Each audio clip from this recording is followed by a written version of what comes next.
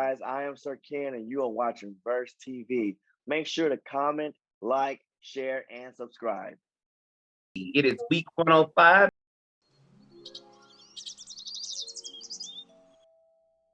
What's up, everybody? If you hear my voice, you know what that means. You're now tuning into All the Tea right here on Verse TV with your boy, what? Troy Weeks Music. And in the building today, we have a very special guest, my friend, Sir Ken. Say what's up to the people, Keith.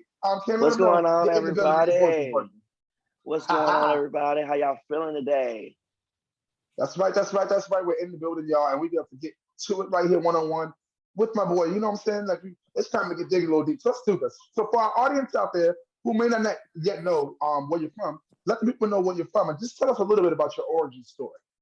All right. Well, I like to tell people that I'm from Atlanta, but I'm basically from everywhere. I'm not a military baby, but I am a veteran of the Army. So Atlanta is the place I call home because I've been here the longest. I've been here since 2004, but I was born and grew up in a very, very small town called Statesboro, Georgia. A lot of people have no idea where that is, but if you are familiar with the college, Georgia Southern University, that is in Statesboro, Georgia. It's about 30 miles away from Savannah. So about 16 years old, I got emancipated and I joined the military at 17. And I left to go to Fort Leonard Wood, Missouri, where I was stationed. And then I pretty much moved to Atlanta shortly after I finished my training and my school. And I've been here ever since. All right, you've been there ever since. You planted your feet, your roots, and everything. Okay. Yes, yes. So how has your origin story and your background influenced your work? For one of my independency, I grew up as the only child. I had a single black, hardworking mother.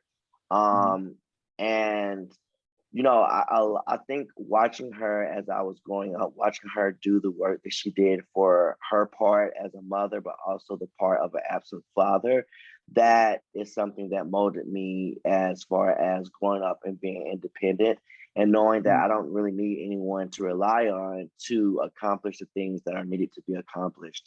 And so I've always embedded that at the forefront of my brain with everything I do, anything I want to do. I always put in my mind that you are the only person that's doing this. So failure is not an option, but a plan B, C, and D is. And so that's just pretty much something that's been the like I said, the forefront and a guideline for me in everything I do. And it's all because of her. Amen to that. Listen here, you started out ready to roll. You put that in your head. You said this is what it's going to be. I think that there's a lot of people who need to put their roots and understand that, because you definitely can do anything you want to do. You put your mind to it. You don't need to depend on anybody else. And so to come from a single parent home and to hear you tell that story, it's amazing.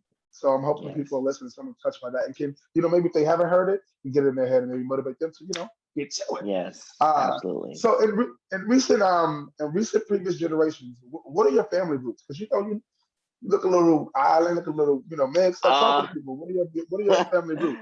Oh my God, I get that a lot. I actually got that last night, and I'm just like, I don't know what it is that people see that ask me that, but my father and his side of the family were from the Maldives of India, and my mom is just straight up good old country soul, Statesboro, Georgia, black woman. So yeah, that's pretty much it. That's all I have inside of me, Indiana and the black. Come on now. And all that special sauce. And all the special sauce to go with it. Yes. So from urban fashion designer to host on WTT radio to swanky paws concierge to loving husband for call. Sir Ken, you're doing it all. And you're doing it all right.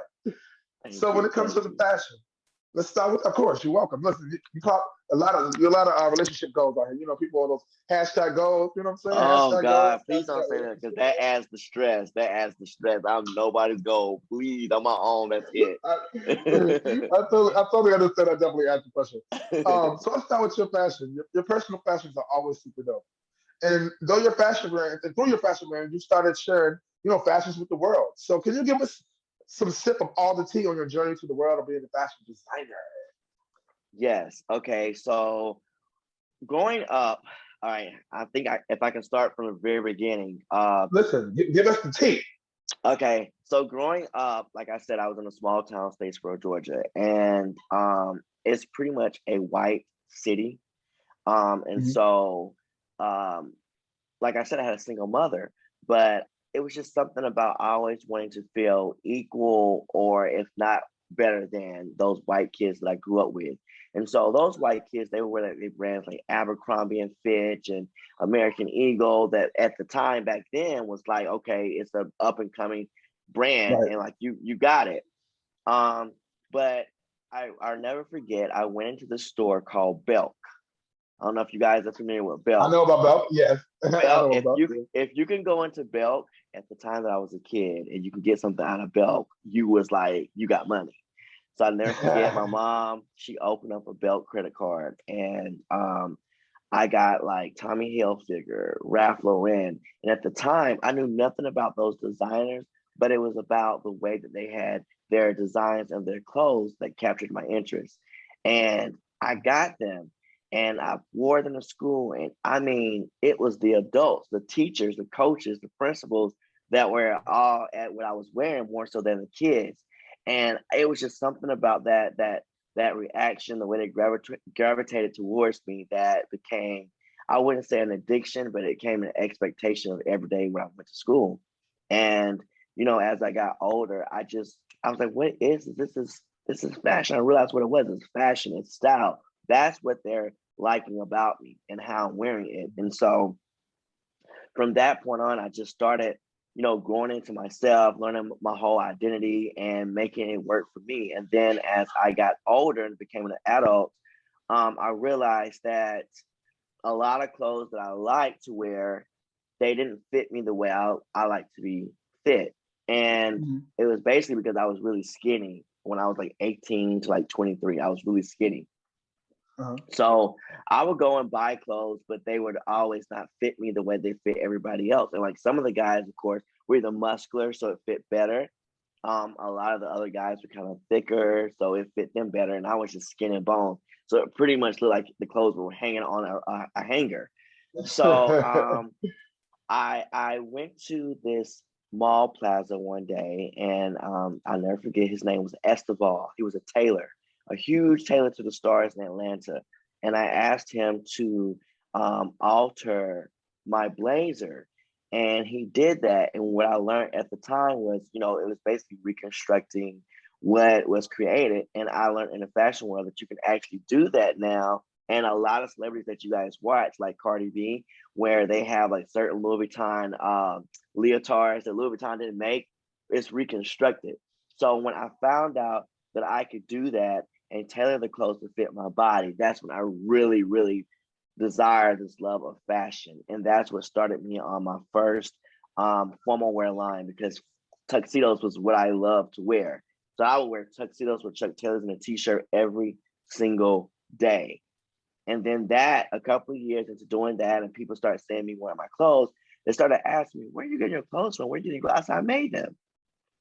And I was like, "Oh, you got to make something for me." So then I started getting requests to make people suits for their birthdays, making custom tuxedo pants for like special events. Then I started, Atlanta is a melting pot of like, it's pretty much groups. So if you Mhm. know one person in the industry and you hang with them, you kind of get familiar with other people in the industry. So Right. I met this one person, which of whom I will not mention their name, but they were in the entertainment industry, and I met a lot of celebrities. I guess you call them celebrities in the entertainment industry, and I started working for them. And that led me to do a partnership with a woman, and we opened up a boutique. And then I realized in her boutique, she had Mhm. like she had like vintage clothes, and I had formal wear. So it kind of clashed because my stuff was kind of like on the upper scale end, and her stuff was like kind of cheap end. So what I did was I didn't put my formal wear things inside her store. Instead, I ended up creating my own urban streetwear clothing. And my stuff would sell like this. Music Soul Child was hands down one of the biggest clients. Like he literally would send his stylist in the store, not look at the clothes, just get his size and get everything. Almost every single time I would put stuff in there. So that's what started me to do my urban streetwear line. And I think the thing that made mine so different is because I've always been accepting of everybody. Like I want everyone to feel loved. I want everyone to feel the way I did when I was a kid when I got dressed. And so I made my clothes unisex. I made it unisex. And I wanted anybody that walked in the store, if they saw something they liked, they could wear it, whether you identify as a man or a woman. So that's pretty much my back history of my clothing and how I fell into it. All thanks to my mom and her $5,000 belt car limit. So yeah, Aha! that Shout I out to maxed Belt and out. Mom for the start of it all, okay? It went from Yes. that to all of that. Do you understand how life goes on when you have dreams and goals, okay? So now Yes. let's talk about the BBB show. Vicar and Banter with Kobe. Give us a little, some tea on that. Okay, so my radio show is called the BBC Show, which stands for Bicker and Banter, and we purposely well, so the name was always going to be Bicker and Banter with a Coleman, but it never dawned on us that the letters were BBC, which could BBC. stand for a lot of things. And basically my partner and I, we are, that's why I say I'm nobody's relationship goals. I'm like my own goals, because one thing about me, if you really know me, I've never been a person to like fake the funk. I'm a straight shooter. I'm a Scorpio. I tell it how it is, and that's just it. So my Right. partner and I, we laugh all the time, but we also argue all the time. We fuss all the time. We laugh. We just really are just a regular couple. And I have a best friend that normally talks to me every day, when he gets a chance in between his work break, just to check and see how everything's doing. And when he does that, it's normally a time where my partner and I are either fussing or laughing. So he said, God, all y'all do is just bicker and banter. And so that's how Bicker and Banter came about. But I've always wanted to have my own radio show, right? And when we got our new home during the pandemic, and we met actually through karaoke. So we always wanted something to be in the house that reminded us of where we met and how we met. And we love karaoke, so we set up our whole house as a karaoke lounge. And I love music. I grew up on music. My mom, she wanted to be a DJ in college. So I don't know, maybe I'm just something about her that's going through me. But I've always loved music, and I've always wanted a radio show. And so he and I were talking about it one day, and we were thinking about doing a podcast. And so we started doing researching on podcasts and stuff. Long story short, one day we had a housewarming, and we had a guy to come over, which was a friend of his. Um, he owns a few radio stations. And so I said, yeah, I said, Carl, my partner's name is Carl. I said, Carl and I were thinking about doing a podcast, and I think we're going to call it the Bicker and Banter Show. And he was like, a podcast? He was like, what about, you think about a radio station, a radio show? I was like, well, how in the hell am I going to do that? And he was like, hello. Here's our own. My personal Instagram is I am Sir Ken. It's all together. IAMSIRKN. And the radio show is the BBC Show. It's all put together, and our website is thebbcshow.com. And my business page for Swanky Paws Concierge is officially Swanky Paws, and the website is swanky-paws.com. And that is it, I think. All my stuff is on my personal page on I Am Sir Ken. So if you go to my Instagram at I Am Sir Ken, you'll find all the information for all my business stuff too.